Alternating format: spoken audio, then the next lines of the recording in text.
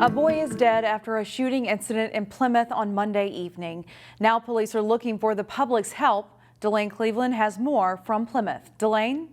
Shannon, I'm here on the 9700 block of 37th Place North near the Four Seasons Estates apartment complex.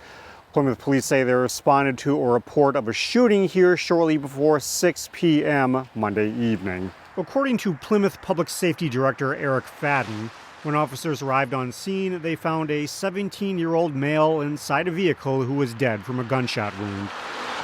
Fadden is not calling the case a homicide yet. However, police say they're looking for two people who fled the scene who may have been involved. Police are waiting on autopsy results to determine the nature of the shooting. I don't know specifics on the extent of injuries to the victim, but we do know that we responded to a report of a shooting, and we can confirm that there was more than one shot fired. We're still trying to figure out exactly how many. Plymouth police are asking anyone with any information to call the city's tip line at 763-509-5177.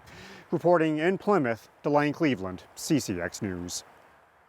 Zaria McKeever's family say they want justice. The 23-year-old Brooklyn Park woman was fatally shot last week in a case connected to her former boyfriend. Police say McKeever was shot multiple times by two home invaders sent by the former boyfriend and father of her one-year-old child. Her sister says she will never get over the hole that is left in her heart. Here's reporter Sonia Goins. She's more a people person. I like to be to myself, so it's like every day she's like, "You want company?" I'm like, "No." She's like, "Well, we're outside." Tiffany Epps is Zaria McKeever's older sister. She says they were more than siblings. They were also best friends. I don't know, we literally are together pretty much every single day, so it's like, it's just crazy and different. My daughter's there. She always does them with her. Pictures and videos are reminders of the good times the two shared together. Just thinking about her smiling and her laughing and makes me smile. Thinking about all the stuff we did together, all the memories that she did leave. Tiffany says her sister made the most out of life. She loved life. She just loved everything about it. Anything that was good to her was overly good, you know? The Champlain Park graduate was a makeup artist and loved to draw. She was just really bright and fun and positive. Get that booty over here. Tiffany is now taking on the role of mother for Zaria's one-year-old daughter. Literally can't give him a kiss without giving her a kiss. But she says nothing can replace her mom. I'm just gonna miss her being here with her daughter. Her daughter is so happy with her. They had like their own little language. Instead of getting ready for the upcoming holidays, the family is instead planning for Zaria's funeral. We were like working on the obituary. It's just hard seeing that it's her picture there, you know? Zaria's family says she was a shining star whose light will forever burn bright in their hearts. I mean, I know she'll be looking down and be proud of her, but of course her physically not being here is a big thing. Sonia Goins, CCX News. Zaria McKeever's family set up a GoFundMe page to help pay for funeral costs and expenses for her young daughter. You can head to our website, ccxmedia.org, for more information on that. In Maple Grove, a housing project with a lot of questions and concerns. Lennar is one of the nation's largest home builders, and they are proposing a 121-unit development that would surround the KOA campground site. Part of the development site is located within one of the largest remaining untouched tree preservation areas in the city. The project would impact about 25% of those trees.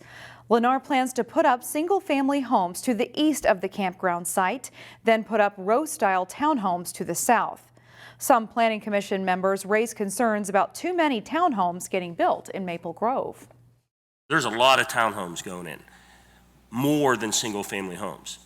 And those townhomes in the future run the dramatic risk of being turned into rentals by the first owner or the second who want to do that.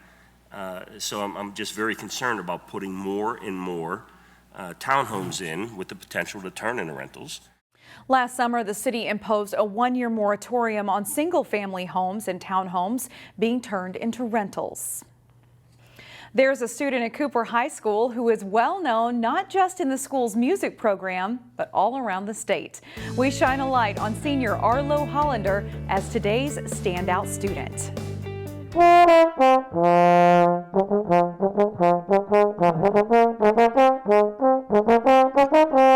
Arlo Hollander is the music equivalent of a 5-star athlete.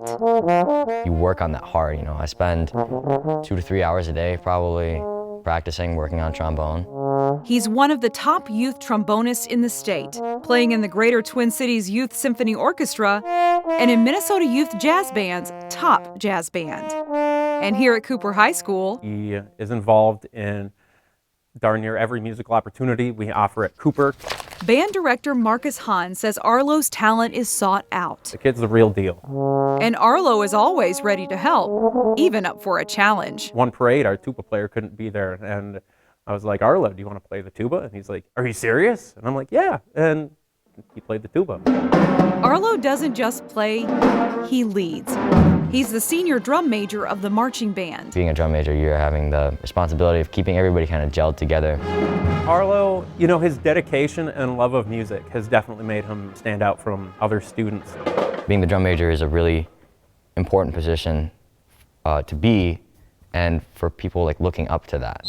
Besides music, Arlo is also well-rounded.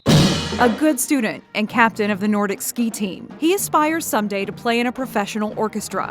But don't ask Arlo about it. This standout student is humble about his gifts. While being just a phenomenal musician, he's remained approachable to other students and has definitely put himself out there to help other students get better.